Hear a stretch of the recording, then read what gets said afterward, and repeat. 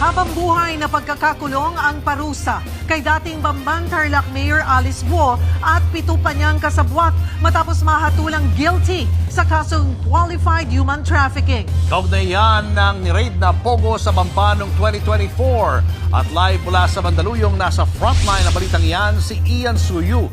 Ian, nailipat na ba si Alice Guo dyan sa Correctional Institution for Women matapos ang hatol ng korte?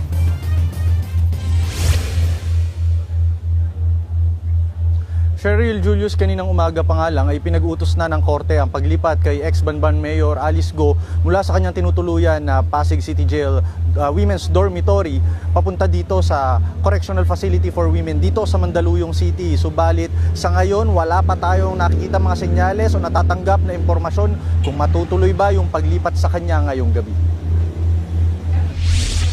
Matapos ang mahigit isang taon, hinatulang guilty si dating Banban Mayor Alice Guo at 7 kapwa akusado sa kasong qualified human trafficking.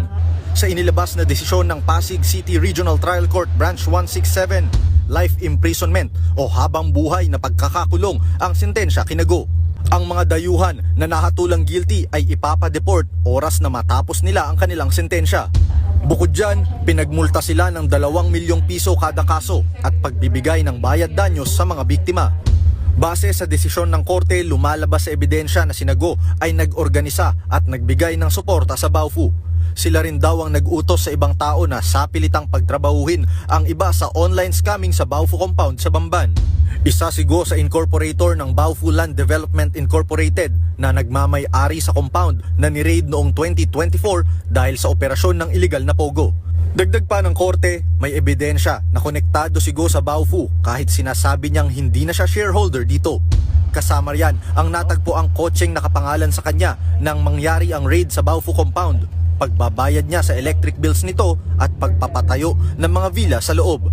Ikinatuwa naman ng prosekusyon at Presidential Anti-Organized Crime Commission ang anilay naging mabilis na desisyon ng korte. Ang kaso is qualified human trafficking. So finally, after more than 1 year, napakabilis po ng korte. Binigay sa atin yung favorable decision. Guilty beyond reasonable doubt. First time din na nag-convict ang court ng organizing. It is something symbolic para sa bansa to. What we thought before as parang imposible, ngayon napatunayan natin that sa pagkakaisa ng bawat ahensya, pagtutulungan, and with all the dedication and sincerity, nothing is impossible. Mapupunta naman sa pamahalaan ang Baofu compound na nasa 6 billion pesos ang halaga. 100% it will